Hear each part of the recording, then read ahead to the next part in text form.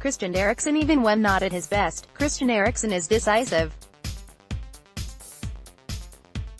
Denmark's star was far from his most intimidating in their opening round win over Peru, but still set up the only goal of the game with a superb through ball. He is fast, mobile, possesses an accurate passing game and can score from distance.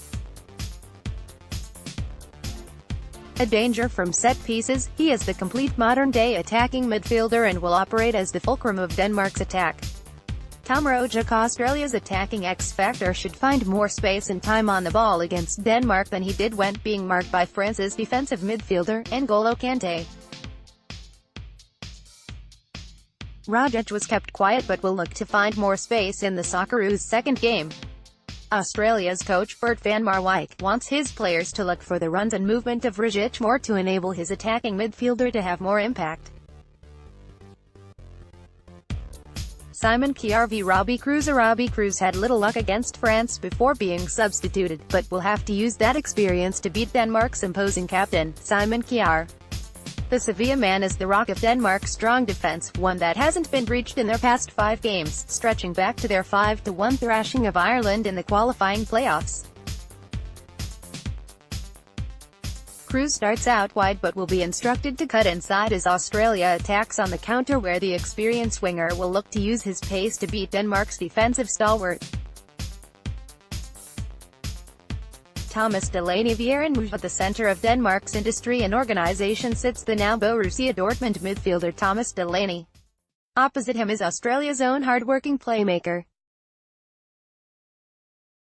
Mooy was arguably Australia's best against France, blocking their passing channels while also being the architect of the Socceroos' possession game. The tussle in the middle of the park will crucial against Denmark, who should present more of a physical challenge to the Socceroos, and the center midfielder that dominates could decide the game. Jedinak v Christian Eriksen. Australia's captain appeared certain to be dropped for last week's match against France, only for coach Bert van Marwijk to make in about 5 hours before kickoff. After keeping Paul Pogba at bay, Jedinak will now be entrusted as the enforcer to stop Tottenham's red-hot Eriksen, a man capable of scoring from distance, producing a killer pass and finding space in the box. In the dugout, Bert van Marwijk, the Socceroos coach, remains tight-lipped on his selection policy, and there is a sense of mystery as to whether he will retain the same team as the one that lost to France. There is a chance Jackson Irvine and Tommy Jurek could be given their first starts at a World Cup, but any change will be tactical and not down to injury.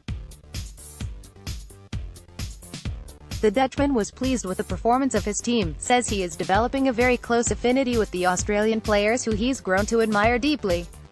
In a do-or-die clash against the Danes, one that's already looming as a must-win, Van Marwijk will play for the result at all costs. Denmark's coach finds himself in a relaxed position, having somehow escaped with 3 points against Peru but lost William Kvist, who suffered 2 broken ribs and a punctured lung in the first match. It means Harried will have to make one forced change to his lineup, with Lasse shown the man most likely to start in his place. Centre-back Anders Christensen was forced off in their opening game against Peru but was cleared of a serious injury, meaning Harried will be spared from having to make a defensive reshuffle as well. Fenway Samara Arena, city that was once the hub of Russia's space program, has a stadium dedicated to its history. Built to look like a spaceship, or a flying saucer, the Samara Cosmos Arena is one of the more intriguing venues at the World Cup. The city itself is hardly a tourist destination and required a new airport built for the tournament along with the stadium. The arena's capacity is 45,500 and will be the permanent home of newly promoted Russian Premier League side, Krylia Sovetov.